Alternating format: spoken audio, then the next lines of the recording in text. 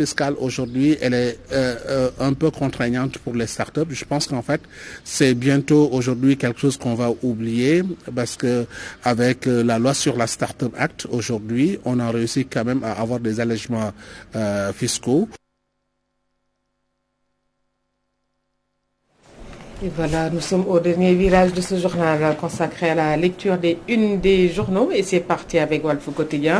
Boubacar Boris Diop, écrivain, qui parle à la une du quotidien et déclare pour 2024 Macky s'est mis hors course tout seul. Relais mes confrères à la page 3 du journal.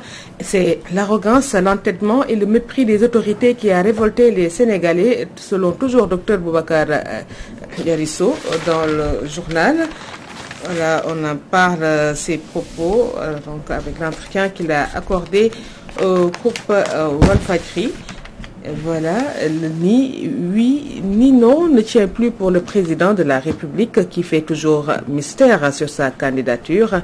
L'écrivain et analyste politique Boubacar Boris Diop affirme qu'il s'est auto-exclu du prochain scrutin présidentiel et l'affaire de viol présumée donc a le mérite de régler la question du troisième mandat selon toujours l'écrivain et analyste politique dans le journal. Le Sénégal a-t-il retrouvé son Macky? Point d'interrogation, un décryptage fait par Gabriel Barbier dans le journal du Front de Terre.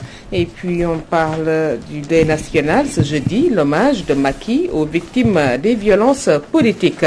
Et décès d'Ahmed Bakayoko à la primature ivoirienne, la tragédie se répète. Affaire Sonko, le capitaine Touré convoqué à la gendarmerie et manifestations violentes, ce qui fait mal aux Sénégalais. Station d'essence, pas de retour à la normale avant 6 mois, rapporte Walf Quotidien. Dégâts collatéraux des manifestations, efficacité d'action et de communication, Macky cogite sur un réaménagement du gouvernement. Des têtes vont tomber, relaie la tribune. Fin de l'état de catastrophe sanitaire le 19 mars, Macky confine le couvre-feu et l'amélioration des conditions de travail des médecins. Le SAMES en grève de 48 heures dès lundi, nous fait savoir le journal Sud Quotidien. Lettre plainte de Adji Sarr contre Ousmane Sonko, désordre dans l'ordre. Maître Dior Diagne porte plainte contre ses confrères, Maître Bamba Cissé et Pape Samba Sow. Le SMS Sonko et l'engagement de Maître Cissé, les révélations de Maître Sow devant le bâtonnier. Passé présent, le capitaine Touré raconté par son papa et ses camarades d'université, perte de grade, 1 à 5 ans de prison ferme pour désertion et autres reportés par le journal. Désertion, démission du capitaine chargé de l'enquête de l'affaire Sonko Adji Sarr, les fautes de Touré et les sanctions qu'il encourt, en croire les Échos. Pour Major Kandji, c'est un mauvais militaire, un élément infiltré de la gendarmerie. Il sait qu'il encourt des sanctions lourdes et il a anticipé en quittant vite les rangs. Et pour commissaire Keïta, il fait une fuite en avant pour se trouver une sortie honorable. Il a raté son travail. Tout ce qu'il dit sur le dossier ne repose sur absolument rien. Selon toujours commissaire Keïta, capitaine Omar Touré qui déclare qu'il ira peut-être en prison, mais qu'on retient qu'il aime ce pays. Donc, il déclare, je cite, « Je suis très en bonne santé et responsable de mes actes ». Son oncle Massirou Touré qui déclare, donc, soit il est atteint mystiquement, soit il est malade. Et à la une de Direct News, crise politico-sociale profonde au Sénégal, le silence radio de Macron, le huis clos d'une chambre de massage a fini par faire trembler toute la République. L'arrestation de l'opposant Ousmane Sonko a mis le feu aux poudres et a fait descendre la jeunesse dans la rue. Le président Macky Sall était à chaque fois à côté de la France dans les moments de doute. N'est-ce pas, c'est dans la difficulté qu'on reconnaît ses amis, s'interroge le quotidien. Des émeutiers sont pris au symbole d'une présence française jugée trop pesante, supermarché, Auchan, station Total, autoroute à péage, Eiffage et autres. Et Boun Abdallah réapparaît. À quoi joue l'ex-premier ministre, se demande encore le quotidien.